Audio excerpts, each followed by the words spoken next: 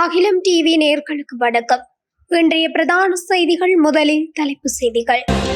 குடும்பத்தோடு கைது செய்யப்பட்டார் கெகலிய ரம்புக்வெல.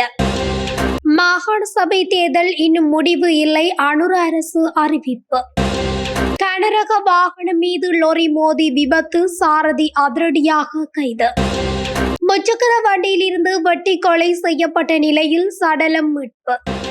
கொழும்பு பிரதான வீதியில் கோர விபத்து, 23 பேர் படுகாயம். பூசா சிறையில் சோதனை, கைதிகள் கூரையிலேறி போராட்டம்.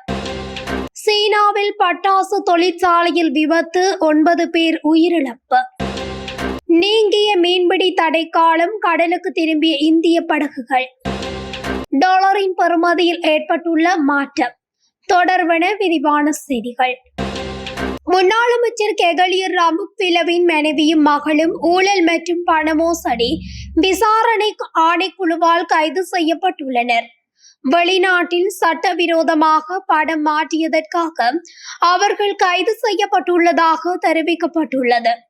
அவர்கள் லஞ்சம் மற்றும் ஊழல் விசாரணை ஆணைக்குழுவிற்கு இன்று காலை அழைக்கப்பட்டு அவரிடம் வாக்குமூலம் பெறப்பட்ட பின்னர் குறித்த கைது இடம்பெற்றுள்ளதாக கூறப்பட்டுள்ளது. இலங்கையில் மிக குறுகிய கால பகுதிக்குள் 3 தேர்தல்கள் நடத்தப்பட்டுள்ளன. தற்போது நாட்டின் அபிவிருத்திக்கான வேலை திட்டங்களை நடைமுறைப்படுத்தப்பட வேண்டியுள்ளது. எனவே அவற்றுக்கு முன்னுரிமை அளித்து அதன் பின்னரே மாகாண சபை தேர்தல் குறித்து தீர்மானிக்கப்படும் என அமைச்சரவை பேச்சாளர் அமைச்சர் நலிந்த ஜேதிச தெரிவித்துள்ளார். அரசு தகவல் திணைக்களத்தில் நேற்று நடைபெற்ற அமைச்சரவை தீர்மானங்களை அறிவிக்கும் ஊடகவியலாளர் மாநாட்டில் வைத்து அவர் இதனை தெரிவித்துள்ளார். அவர் மேலும் குறிப்பிடுகையில், மாகாண சபை தேர்தல் குறித்து ஸ்திரமான தீர்மானம் ஒன்று எடுக்கப்படவில்லை. சுமார் 8 மாத கால பகுதிக்குள் ஜனாதிபதி தேர்தல், நாடாளுமன்ற தேர்தல் மற்றும் உள்ளூராட்சி சபை தேர்தல் என்பன நடத்தப்பட்டுள்ளன. தற்போது மக்கள் எமக்கு வழங்கப்பட்டுள்ள அதிகாரத்துக்கு அமைய செயற்பட வேண்டும். எதிர்வரும் நவம்பர் மாதத்தில் வரவு செலவு திட்டத்தை சமர்ப்பிக்க வேண்டியுள்ளது.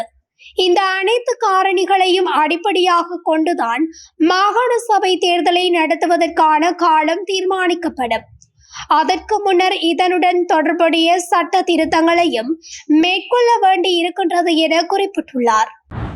ஹட்டன் நுவரெலியா பிரதான வீதியில் குடாகம பகுதியில் நிறுத்தி வைக்கப்பட்ட கனரக வாகனம் மீது லொரியொன்று மோதி விபத்துக்குள்ளாகியுள்ளது.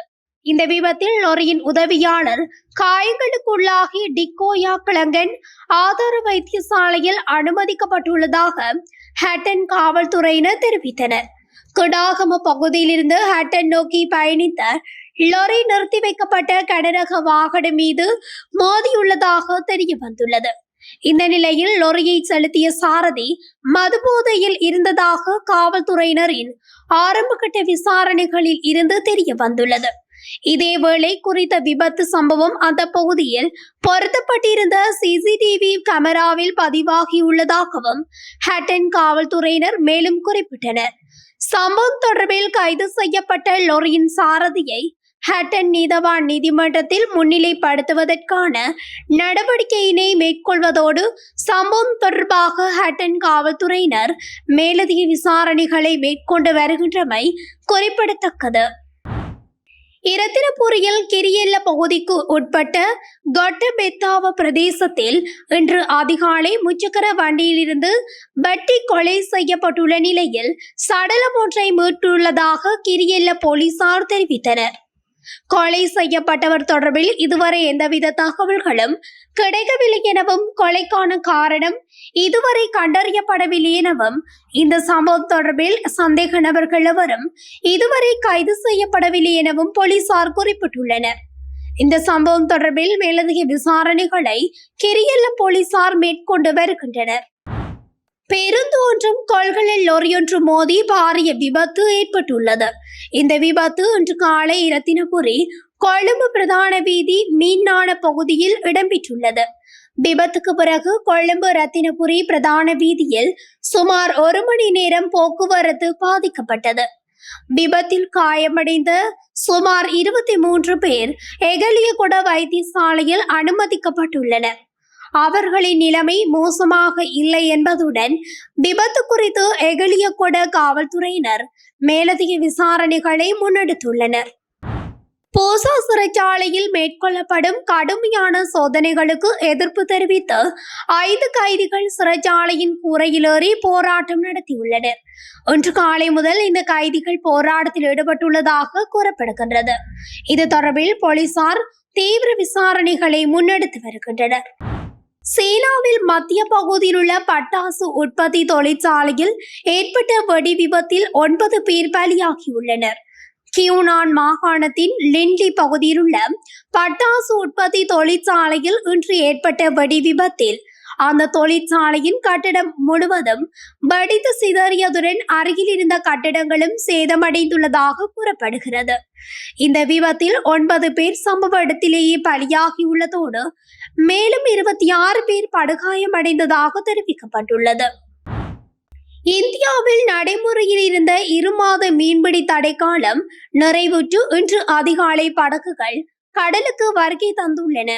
ஏப்ரல் 15ஆம் தேதி முதல் ஜூன் மாதம் 15ஆம் தேதி வரை நிலவிய மீன்பிடி தடைக்காலம் நிறைவுற்றதன் பின்னர் இன்று அதிகாலை 3 மணிக்கு அதிக படகுகள் கடலுக்கு கடத்தொழிலுக்காக பயணிக்கின்றன என தமிழக செய்திகள் தெரிவித்துள்ளன.